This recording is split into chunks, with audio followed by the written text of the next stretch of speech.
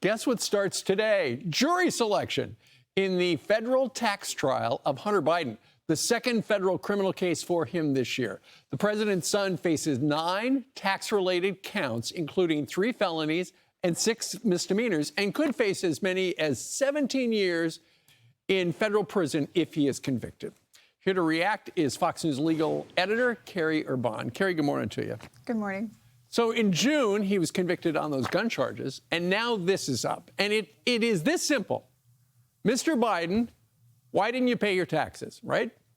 It really is. Either you pay your taxes or you don't, which is why, Steve, it's been shocking to me that he has not pled guilty up until this point, because for him, the ramifications are going to be much more, because what this tax case is and this trial is going to reveal are very, very embarrassing details, not just about his own life, but potentially about his father, about pay-for-play schemes and the like. And I personally think DOJ is going to be far more aggressive than they normally would, because they have to rehabilitate themselves after being exposed for giving him that plea deal of a lifetime last year.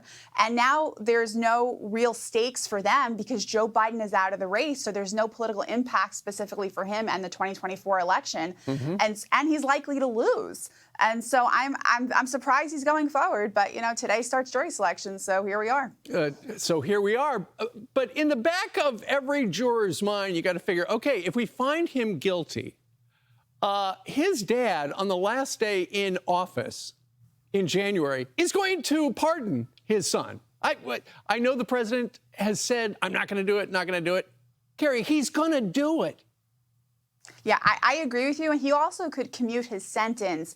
But in order for him to commute a sentence, Hunter Biden has to be sentenced. And that can take time, right? You know, for instance, Donald Trump was convicted in New York in early June, and his sentencing is not for another few weeks. That's a few months. And time is not on Hunter Biden's side unless you want to roll the dice. You know, it's possible that Kamala wins, but we don't know. He certainly doesn't know. And you'd think he'd want to speed this up as much as possible. But Steve, to your broader point, you know, I don't see how this is sympathetic to a jury. You have people in America who are struggling, you know, paycheck to paycheck. They pay their taxes. It's a huge burden, and they don't have the luxury of having their dad get them out of it if they fail to do so. In fact, there's really only one person in this country who has that privilege, and it's Hunter Biden. And we're going to hear details about how he wrote off, you know, expenses like prostitutes and drugs and all these kinds, his business expenses. And this is just not sympathetic to a jury. And so real quickly, like 20 seconds, as they pick the jury, are they going to say, did you vote for his dad? And would that disqualify a juror from sitting on the panel? Oh, I'm sure they're going to ask them political questions. And what I think that Hunter Biden's lawyers are going to be looking for is anyone who's had a family, say, issue with addiction, or they've struggled with addiction themselves, because my understanding is that that's their whole defense. Well, he was addicted to drugs, therefore not paying taxes is okay. But as we all know, it really is irrelevant. So. Yeah, and it gets started in earnest today in L.A. Kerri, thank you very much for getting up early. Thank you very much. All right.